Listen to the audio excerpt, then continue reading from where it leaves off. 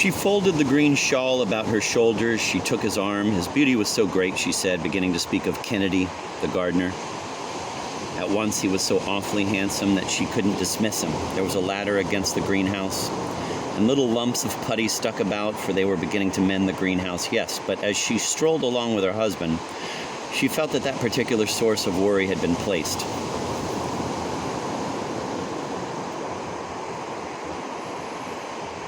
She had it on the tip of her tongue to say as they strolled, "It'll cost £50, but instead, for her heart failed her about money, she talked about Jasper shooting birds, and he said at once, soothing her instantly, that it was natural in a boy, and he trusted he would find better ways of amusing himself before long. Her husband was so sensible, so just, and so she said, yes, all children go through stages, and began considering the dahlias in the big bed and wondering, what about next year's flowers? And had he heard the children's nickname for Charles Tansley, she asked. The atheist, they called him, the little atheist. He's not a polished specimen, said Mr. Ramsay. Far from it, said Mrs. Ramsay. She supposed it was all right leaving him to his own devices, Mrs. Ramsay said, wondering whether it was any use sending down bulbs. Did they plant them? Oh, he has his dissertation to write, said Mr. Ramsay. She knew all about that, said Mrs. Ramsay. He talked of nothing else. It was about the influence of somebody upon something. Well, it's all he has to count on, said Mr. Ramsay. Pray heaven he won't fall in love with Prue, said Mrs. Ramsay. He'd disinherit her if she married him, said Mr. Ramsay. He did not look at the flowers, which his wife was considering, but at a spot about a foot or so above them. There was no harm in him, he added, and was just about to say that anyhow he was the only young man in England who admired his, when he choked it back. He would not bother her again about his books. These flowers seemed creditable, Mr. Ramsay said, lowering his gaze and noticing something red, something brown. Yes, but then these she had put in with her own hands, said Mrs. Ramsay. The question was, what happened if she sent bulbs down?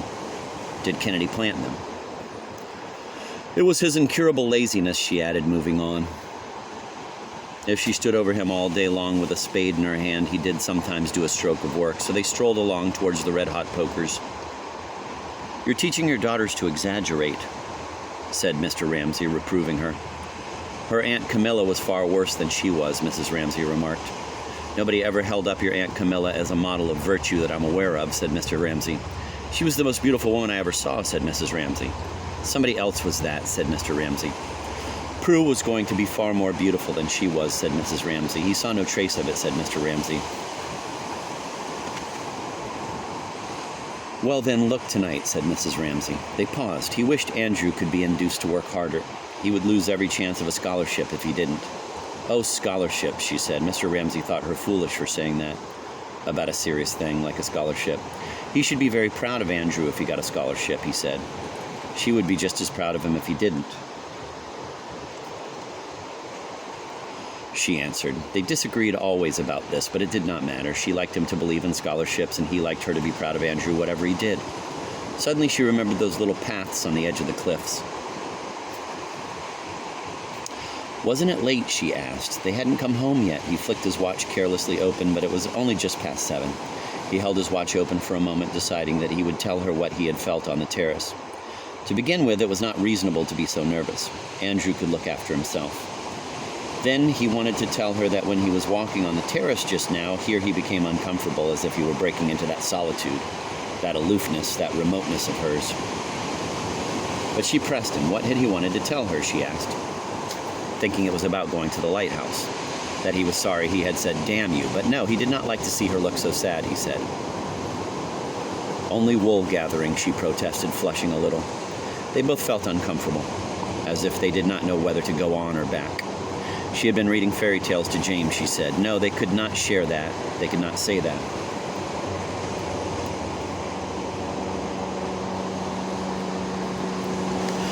They had reached the gap between the two clumps of red-hot pokers, and there was the lighthouse again, but she would not let herself look at it. Had she known that he was looking at her, she thought, she would not have let herself sit there thinking. She disliked anything that reminded her that she had been seen sitting thinking, so she looked over her shoulder at the town. The lights were rippling and running as if they were drops of silver water held firm in a wind, and all the poverty, all the suffering had turned to that, Mrs. Ramsay thought. The lights of the town and of the harbor and of the boats seemed like a phantom net floating there to mark something which had sunk.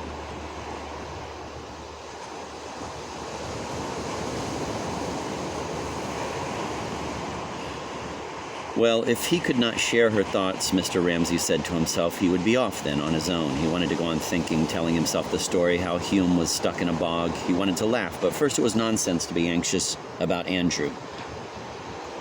When he was Andrew's age, he used to walk about the country all day long with nothing but a biscuit in his pocket, and nobody bothered about him, or thought that he had fallen over a cliff. He said aloud he thought he would be off for a day's walk if the weather held.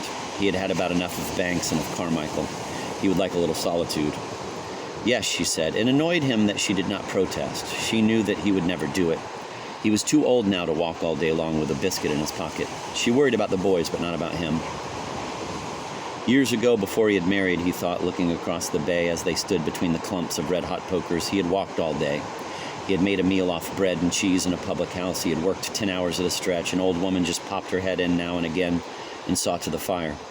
That was the country he liked best, over there, those sand hills dwindling away into darkness. One could walk all day without meeting a soul. There was not a house, scarcely, not a single village for miles on end. One could worry things out alone. There were little sandy beaches where no one had been since the beginning of time. The seals sat up and looked at you.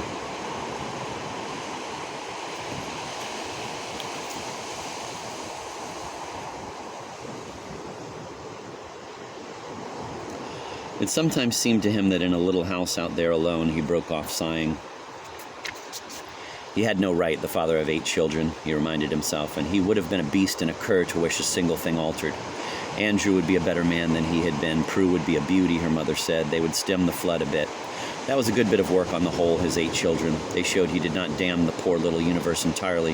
For on an evening like this, he thought, looking at the land dwindling away, the little island seemed pathetically small, half swallowed up in the sea.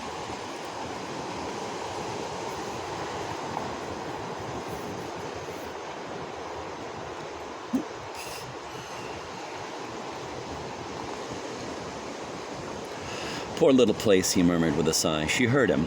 He said the most melancholy things, but she noticed that directly he had said them, he always seemed more cheerful than usual. All this phrase-making was a game, she thought, for if she had said half what he said, she would have blown her brains out by now.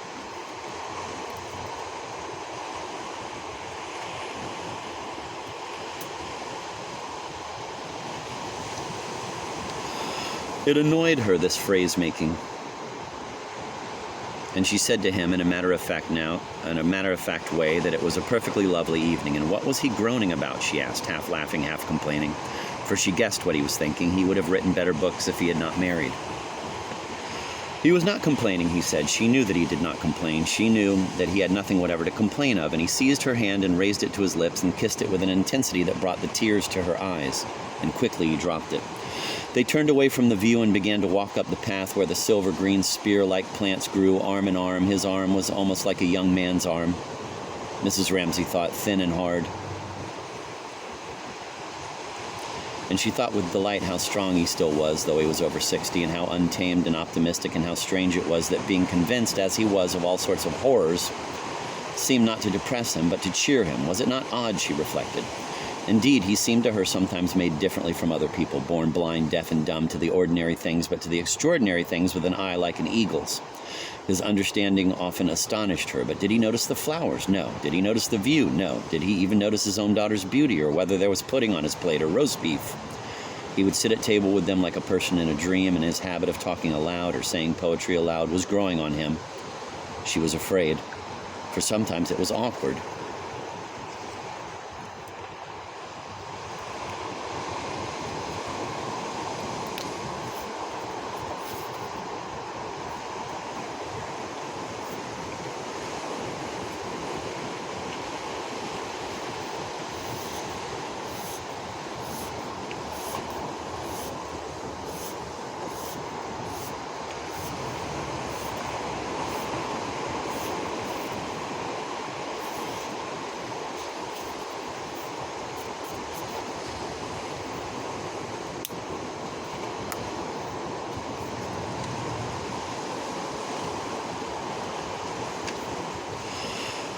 For sometimes it was awkward. Best and brightest come away. Poor Miss Giddings, when he shouted that at her, almost jumped out of her skin. But then Mrs. Ramsay, though instantly taking his side against all the silly Giddingses in the world, then she thought, intimating by a little pressure on his arm that he walked uphill too fast for her, and she must stop for a moment to see whether those were fresh molehills on the bank. Then she thought, stooping down to look, a great mind like his must be different in every way from ours.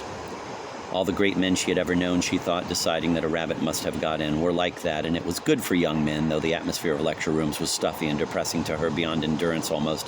Simply to hear him, simply to look at him, but without shooting rabbits, how was one to keep them down, she wondered. It might be a rabbit, it might be a mole, some creature anyhow, was ruining her evening primroses, and looking up she saw above the thin trees the first pulse of the full throbbing star, and wanted to make her husband look at it, for the sight gave her such keen pleasure, but she stopped herself. He never looked at things. If he did, all he would say would be, poor little world with one of his sighs.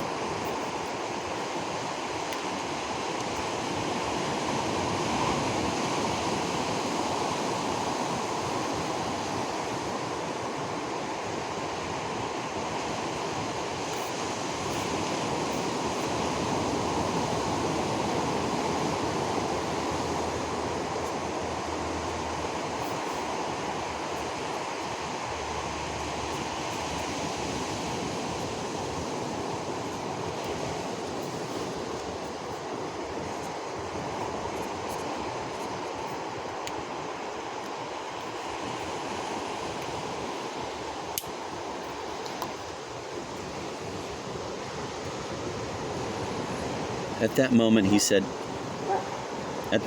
said very fine to please her, and pretended to admire the flowers. But she knew quite well that he did not admire them, or even realize that they were there. It was only to please her.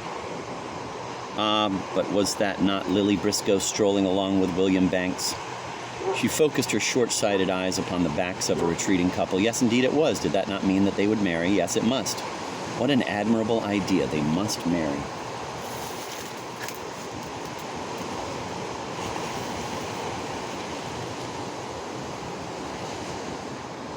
He had been to Amsterdam, Mr. Banks was saying as he strolled across the lawn with Lily Briscoe. He had seen the Rembrandts. He had been to Madrid. Unfortunately, it was Good Friday, and the Prado was shut. He had been to Rome. Had Miss Briscoe never been to Rome? Oh, she should. It would be a wonderful experience for her.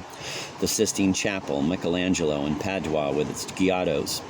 His wife had been in bad health for many years, so that their sightseeing had been on a modest scale. She had been to Brussels. She had been to Paris, but only for a flying visit to see an aunt who was ill.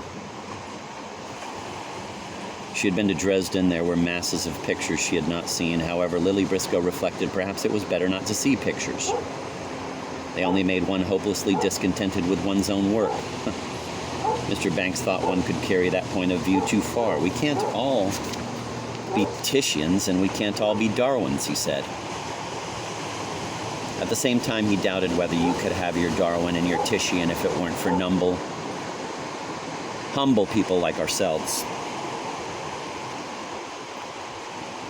Lily would have liked to pay him a compliment. You're not humble, Mr. Banks, she would have liked to have said, but he did not want compliments. Most men do, she thought. And she was a little ashamed of her impulse and said nothing, while he remarked that perhaps what he was saying did not apply to pictures.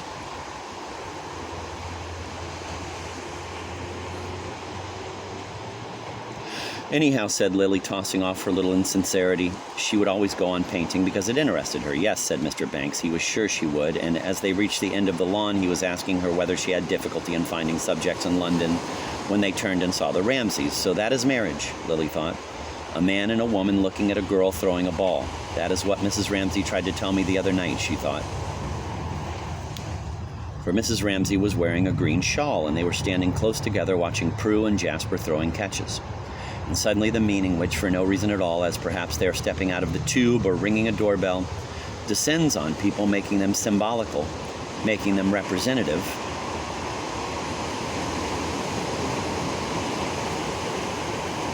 came upon them and made them in the dusk standing, looking, the symbols of marriage, husband and wife.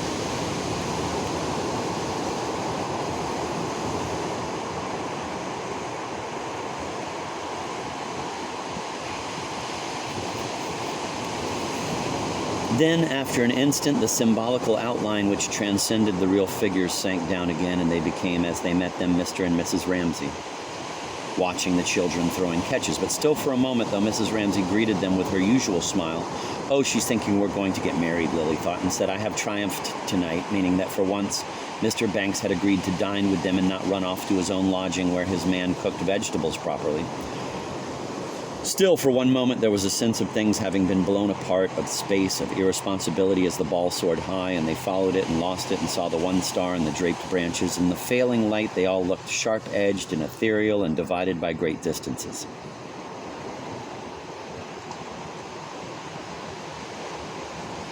Then, darting backwards over the vast space, for it seemed as if solidity had vanished altogether, Prue ran full tilt into them and caught the ball brilliantly high up in her left hand. And her mother said, "Haven't they come back yet?" Whereupon the spell was broken. Mr. Ramsay felt free now to laugh out loud at the thought that Hume had stuck in a bog and an old woman rescued him on condition he said the Lord's Prayer. And chuckling to himself, he strolled off to his study. Mrs. Ramsay, bringing Prue back into throwing catches again from which she had escaped, asked, "Did Nancy go with them?"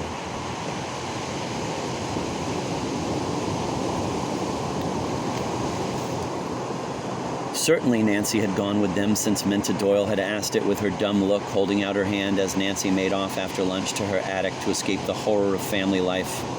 She supposed she must go then. She did not want to go. She did not want to be drawn into it all, for as they walked along the road to the cliff, Minta kept on taking her hand. Then she would let it go. Then she would take it again. What was it she wanted, Nancy asked herself. There was something, of course, that people wanted, for when Minta took her hand and held it, Nancy reluctantly saw the whole world spread out beneath her, as if it were Constantinople seen through a mist. And then, however heavy-eyed one might be, one must needs ask, is that Santa Sophia? Is that the Golden Horn? So Nancy asked, when Minta took her hand, what is it that she wants? Is it that? And what was that? Here and there emerged from the mist, as Nancy looked down upon life spread beneath her, a pinnacle, a dome, prominent things without names. But when Minta dropped her hand, as she did when they ran down the hillside, all that, the dome, the pinnacle, whatever it was that had protruded through the mist, sank down into it and disappeared. Minta, Andrew observed, was rather a good walker. She wore more sensible clothes than most women. She wore very short skirts and black knickerbockers.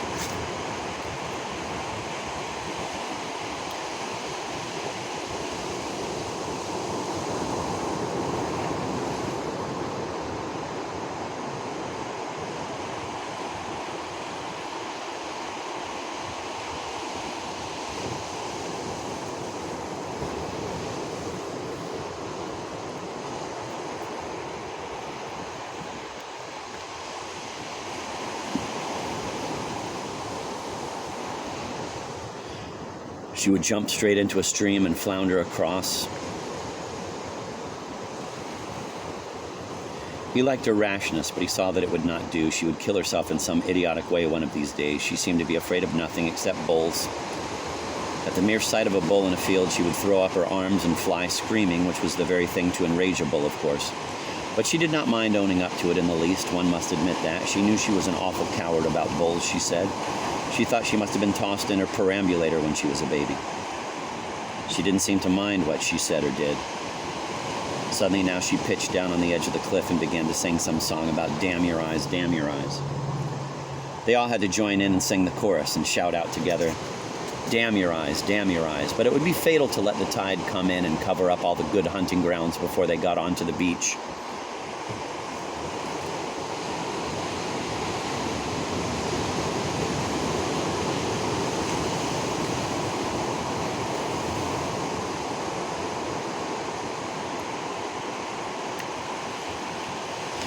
Fatal, Paul agreed, springing up, and as they went slithering down, he kept quoting the guidebook about these islands being justly celebrated for their park-like prospects and the extent and variety of their marine curiosities. But it would not do altogether, this shouting and damning your eyes, Andrew felt, picking his way down the cliff, this clapping him on the back and calling him old fellow and all that. It would not altogether do. It was the worst of taking women on walks.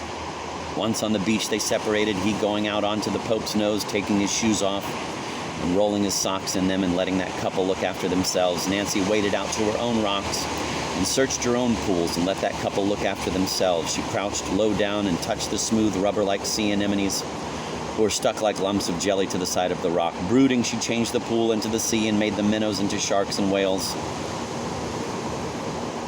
and cast vast clouds over this tiny world by holding her hand against the sun, and so brought darkness and desolation like God himself to millions of ignorant and innocent creatures, and then took her hand away suddenly and let the sun stream down. Out on the pale, crisscrossed sand, high-stepping, fringed, gauntleted, stalked some fantastic leviathan. She was still enlarging the pool, and slipped into the vast fissures of the mountainside, and then letting her eyes slide imperceptibly above the pool and rest on that wavering line of sea and sky, on the tree trunks which the smoke of steamers made waver upon the horizon, she became with all that power sweeping savagely in and inevitably withdrawing, hypnotized, and the two senses of that vastness and this tininess. The pool had diminished again. Flowering within it made her feel that she was bound hand and foot and unable to move by the intensity of feelings which reduced her own body, her own life, and the lives of all the people in the world forever to nothingness. So, listening to the waves crouching over the pool, she brooded.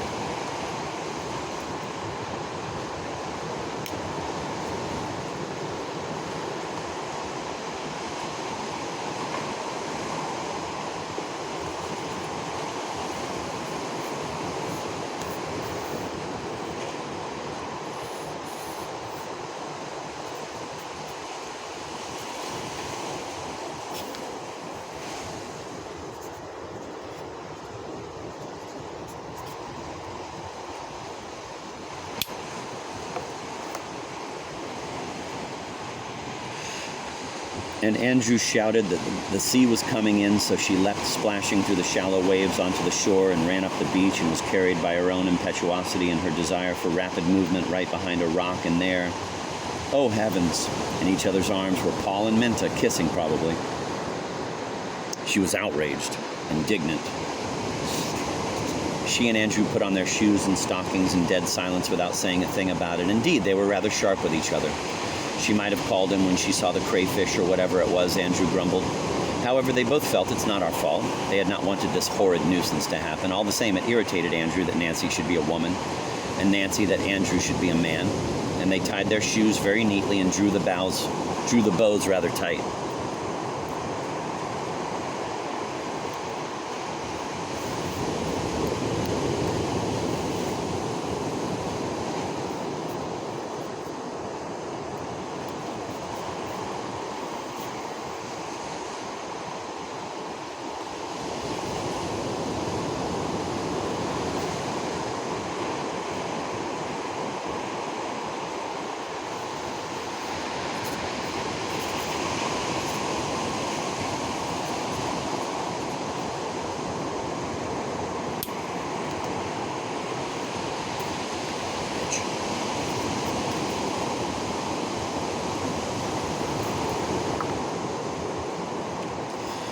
It was not until they had climbed right up to the top of the cliff again that Minta cried out that she had lost her grandmother's brooch.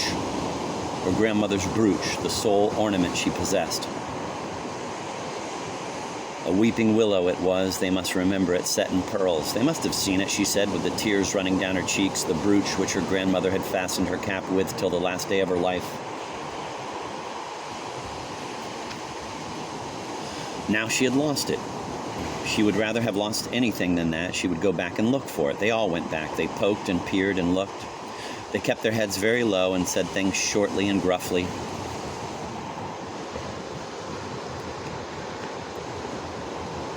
Paul Rayleigh searched like a madman all about the rock where they had been sitting. All this pother about a brooch really didn't do it all, Andrew thought, as Paul told him to make a thorough search between this point and that.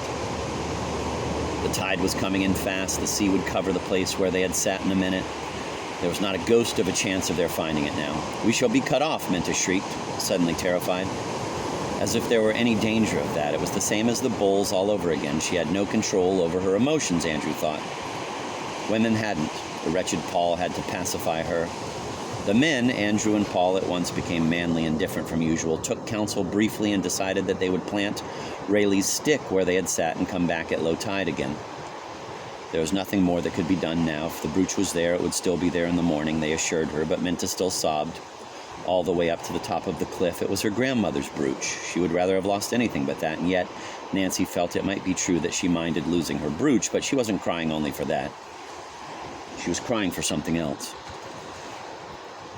We might all sit down and cry, she felt, but she did not know what for.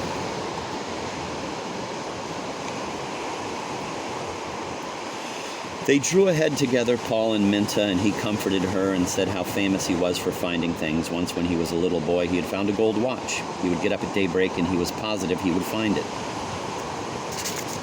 It seemed to him that it would be almost dark and he would be alone on the beach, and somehow it would be rather dangerous. He began telling her, however, that he would certainly find it. And she said that she would not hear of his getting up at dawn. It was lost. She knew that. She had had a presentiment when she put it on that afternoon. And secretly he resolved that he would not tell her, but he would slip out of the house at dawn when they were all asleep, and if he could not find it, he would go to Edinburgh and buy her another, just like it but more beautiful. He would prove what he could do, and as they came out on the hill and saw the lights of the town beneath them, the lights coming out suddenly one by one seemed like things that were going to happen to him.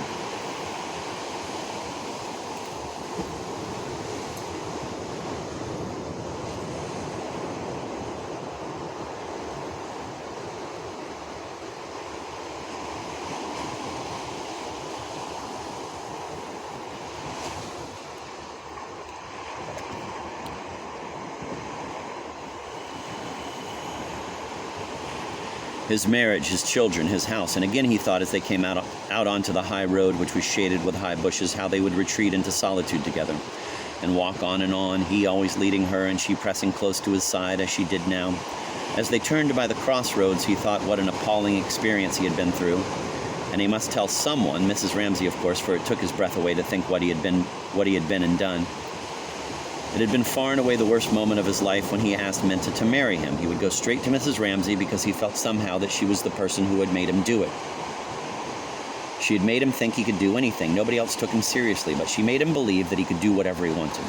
He had felt her eyes on him all day today, following him about, though she never said a word, as if she were saying, "Yes, you can do it. I believe in you. I expect it of you." She had made him feel all that, and directly they got back, he looked for the lights of the house above the bay. He would go to her and say, "I've done it, Mrs. Ramsay, thanks to you." And so turning into the lane that led to the house, he could see lights moving about in the upper windows. They must be awfully late then. People were getting ready for dinner. The house was all lit up, and the lights after the darkness made his eyes feel full, and he said to himself childishly as he walked up the drive, "Lights, lights, lights," and repeated in a dazed way, "Lights, lights, lights," as they came into the house, staring about him with his face quite stiff. "But, good heavens," he said to himself, putting his hand to his tie, "I must not make a fool of myself."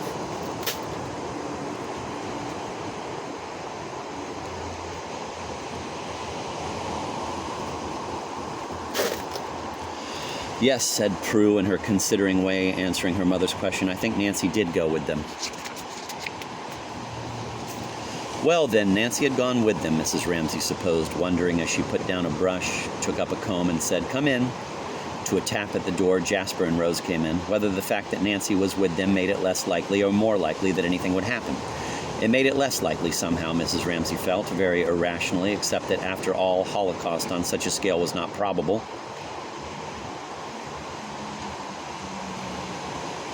They could not at all be drowned. They could not all be drowned. And again she felt alone in the presence of her old antagonist, life.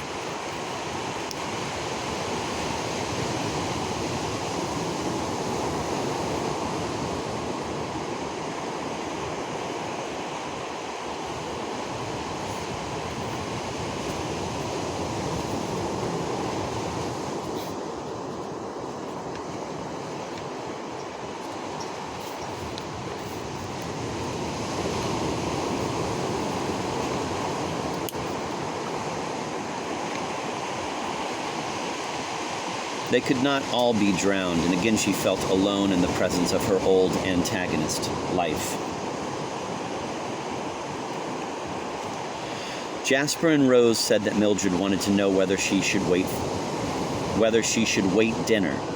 "Not for the Queen of England," said Mrs. Ramsay emphatically. "Not for the Empress of Mexico," she added, laughing at Jasper, for he shared his mother's vice. He too exaggerated. And if Rose liked, she said, while Jasper took the message, she might choose which jewels she was to wear. When there are 15 people sitting down to dinner, one cannot keep things waiting forever. She was now beginning to feel annoyed with them for being so late. It was inconsiderate of them, and it annoyed her on top of her anxiety about them, that they should choose this very night to be out late, when in fact she wished the dinner to be particularly nice, since William Banks had at last consented to dine with them, and they were having Mildred's masterpiece, bouffe en daube. Everything depended upon things being served up to the precise moment they were ready. The beef, the bay leaf, and the wine all must be done to a turn. To keep it waiting was out of the question. Yet, of course, tonight, of all nights, out they went. And they came in late, and things had to be sent out. Things had to be kept hot. The bouffe en daube would be entirely spoilt.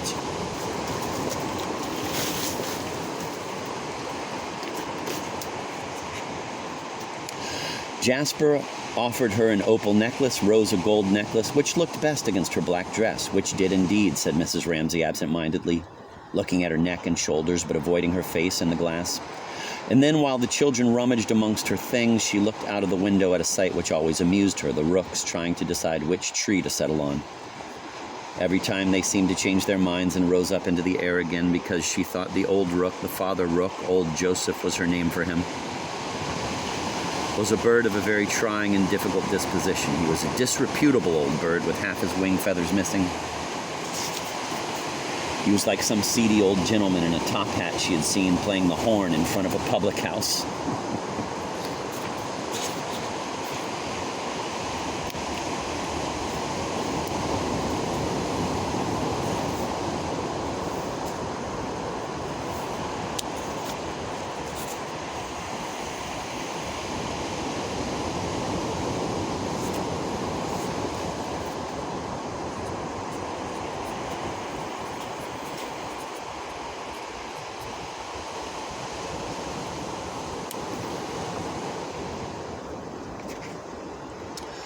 Look, she said, laughing. They were actually fighting. Joseph and Mary were fighting.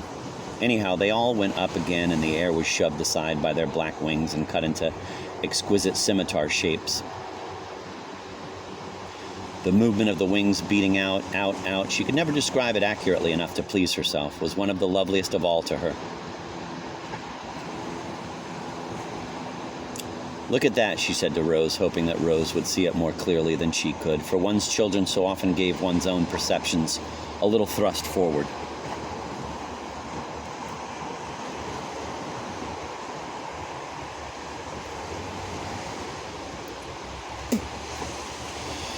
But which was it to be? They had all the trays of her jewel case open, the gold necklace, which was Italian, or the opal necklace, which Uncle James had brought her from India, or should she wear her amethysts?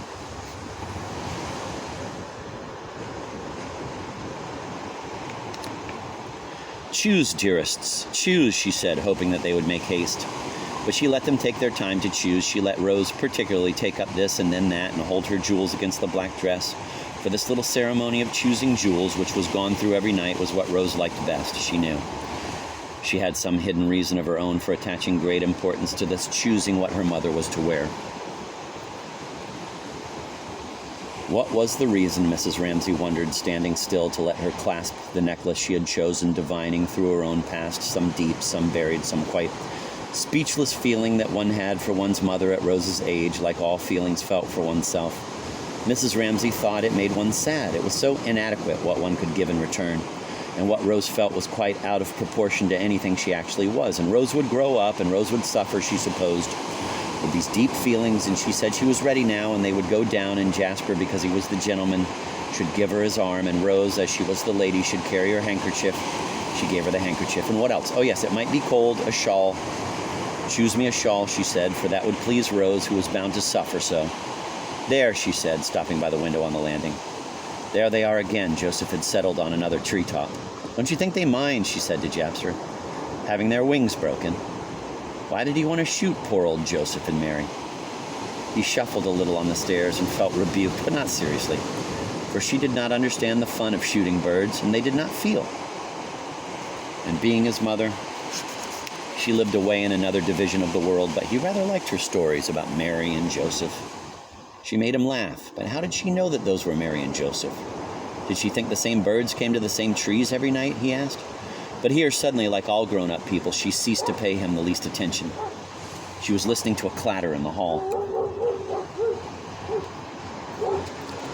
"They've come back," she exclaimed, and at once she felt much more annoyed with them than relieved. Then she wondered, had it happened? She would go down and they would tell her, but no, they could not tell her anything with all these people about. So she must go down and begin dinner and wait. And like some queen who, finding her people gathered in the hall, looks down upon them and descends among them and acknowledges their tribute silently and accepts their devotion and their prostration before her. Paul did not move a muscle but looked straight before him as she passed. She went down and crossed the hall and bowed her head very slightly as if she accepted what they could not say, their tribute to her beauty.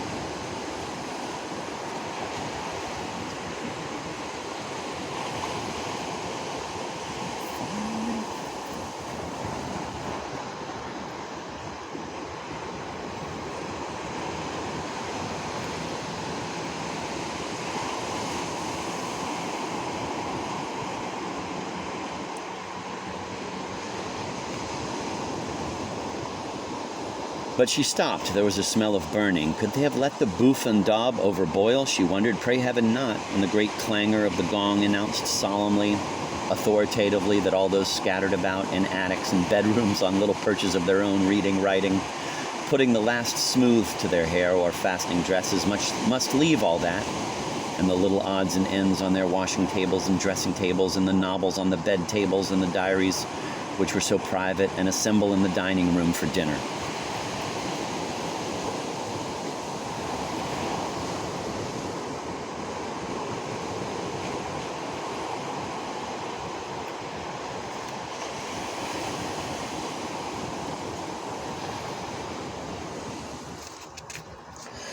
But what have I done with my life, thought Mrs. Ramsay, taking her place at the head of the table and looking at all the plates, making white circles on it. "William, sit by me," she said. "Lily," she said wearily, "over there." They had that, Paul Rayleigh and Minta Doyle. She, only this, an infinitely long table and plates and knives. At the far end was her husband, sitting down, all in a heap, frowning. What at? She did not know. She did not mind. She could not understand how she had ever felt any emotion or affection for him. She had a sense of being past everything, through everything, out of everything, as she helped the soup, as if there was an eddy there, and one could be in it, or one could be out of it, and she was out of it. It's all come to an end, she thought, while they came in one after another. "Charles Tansley, sit there, please," she said. "Augustus Carmichael," and sat down. And meanwhile she waited passively for someone to answer her, for something to happen. But this is not a thing, she thought, ladling out soup, that one says.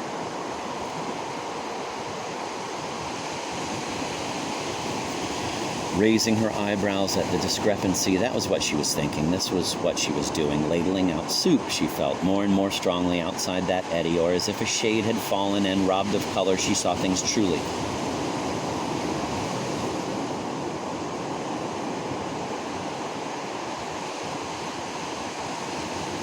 The room, she looked around it, was very shabby. There was no beauty anywhere. She forebore to look at Mr. Tansley. Nothing seemed to have merged. They all sat separate, and the whole of the effort of merging and flowing and creating rested on her. Again she felt, as a fact without hostility, the sterility of men, for if she did not do it, nobody would do it, and so giving herself the little shake that one gives a watch that has stopped, the old familiar pulse began beating as the watch begins ticking. 1, 2, 3, 1, 2, 3, and so on, she repeated, listening to it, sheltering and fostering the still feeble pulse as one might guard a weak flame with a newspaper.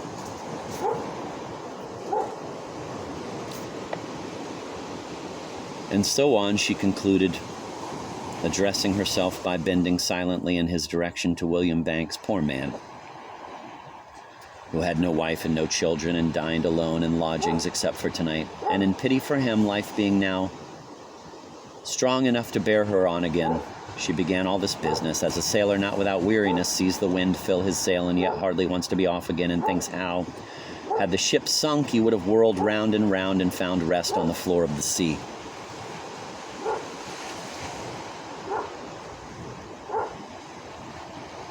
"Did you find your letters?" "I told them to put them in the hall for you," she said to William Banks. Lily Briscoe watched her drifting into that strange no-man's land where to follow people is impossible, and yet their going inflicts such a chill on those who watch them that they always try at least to follow them with their eyes, as one follows a fading ship until the sails have sunk beneath the horizon.